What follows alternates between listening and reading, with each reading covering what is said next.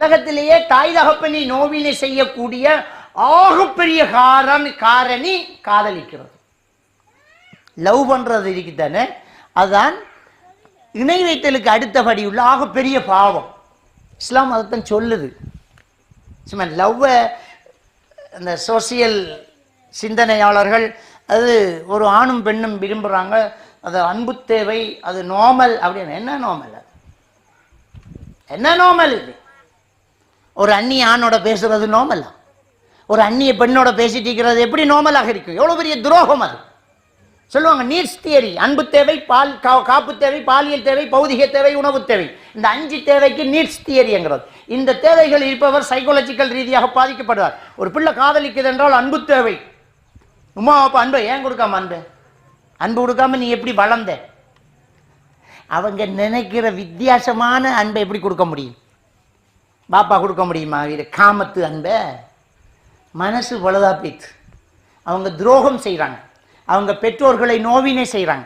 ஒரு தாயை அடித்தா கூட தாங்குவாள், ஒரு தகப்பனை மிதிச்சா கூட தாங்குவாள்.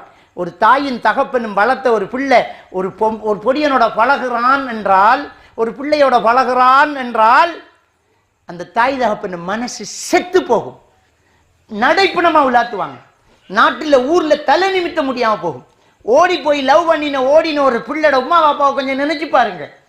பள்ளிக்கு போகலாம், ஒரு ஆளை நிமிந்து பார்க்கலாம், ஆறாலும் பார்த்தா இவர மகள் தாண்டா ஓடினு பார்க்கான்னு மனசு சொல்லும். அந்த தாய் அந்த குடும்பத்தில் உள்ள பிரச்சனைகளுக்கு தலையீடு செய்வாள். என்ன நீ உமாக்கு சொல்றத கேளு, ஸ்கூலுக்கு போனி அப்படின்னு தங்கச்சிட பிள்ளைகளுக்கெல்லாம் சண்டித்தனம் காட்டின இந்த பெரியம்மா மகள் ஓடினத்துக்கு பிறகு நான் எப்படி புத்திமதி சொல்லுவேன்? செத்து போறாள் அந்த தாய், அந்த தகப்பன் செத்து போறான். இவ்வளவு பெரிய துரோகிகள் இவங்க. 1 மாசம் பழகினாங்களாம், 3 மாசம் பழகினாங்களாம், உசுரை அவனுக்கு தான் கொடுப்பாங்களாம். உனக்காக உசுரை கொடுத்து தப்பி வந்தவள் தான் நம்முடைய தாய். உன்னை பார்த்தான் பழகினான், ஆனா உன்னை பார்க்காம பழகினதுதான் உம்மா. உன்னை பார்த்தான் பழகினான், உன்னை பார்க்காம பழகினதுதான் உம்மா. நீ வயிற்றுல கர்ப்பமாகும் போது உன்னுடைய தாய்க்கும் தகப்பனுக்கும் முகம் தெரியாது. நீ ஆம்பளை பிள்ளையா பொம்பளை பிள்ளையா, கருப்பா வெள்ளையா, சிவப்பா கருப்பா, குருடா செவிடா, சொத்தியா மொட்டமா, புத்தி சுயாதீனம் உள்ளதா இல்லாதா எதுவுமே தெரியாது. என் பிள்ளை உம்மா வயிற்றிலையும் பாப்பா தலையிலையும் சுமக்குறாங்க. சுமந்து இந்த பிள்ளைய பெத்து செத்து மொக்காடு கலட்டாம ரோட்டுக்கு போகாத நம்முடைய உம்மா நம்மளை பிரசவிக்கிறதுக்காக ஒரு அந்நிய ஆணிடம்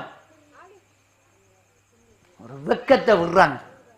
ஒரு டாக்டருக்கு முன்னாடி ஒரு வெக்கத்தை விடுறாங்க, காயப்படுறாங்க, வேதனைப்படுறாங்க, பெத்தெடுக்கிறாங்க, நமக்காக செத்து போறாங்க, மீண்டும் வாழ்றாங்க, நம்மளை உசுருக்கு உசுரா நேசிக்கிறாங்க, வளர்த்து ஆளாக்குறாங்க. நம்முடைய ஒவ்வொரு அங்குல மினிமம் ஒரு சின்ன மயிரளவு வளர்ச்சியிலும் தாய் தகப்பனுடைய தியாகம் தான் இருக்குது. இவ்வளவு வளர்த்து நம்மளை அப்படியே ஆளாக்கினது பிறகு 3 மாசம் பழகிட்டேன், விட முடியாது, நீ போ என்று உதைச்சி தள்ளுறண்டா. இவ்வளவு போல ஒரு துரோகி உலகத்தில் இருப்பாளா? இவள்தான் உலகத்தில் ஆகப்பெரிய துரோகி. இவர்கள் தான் பெற்றோர்களை நோவினை செய்பவர்கள். இவங்க சொர்க்கம் போக முடியாது.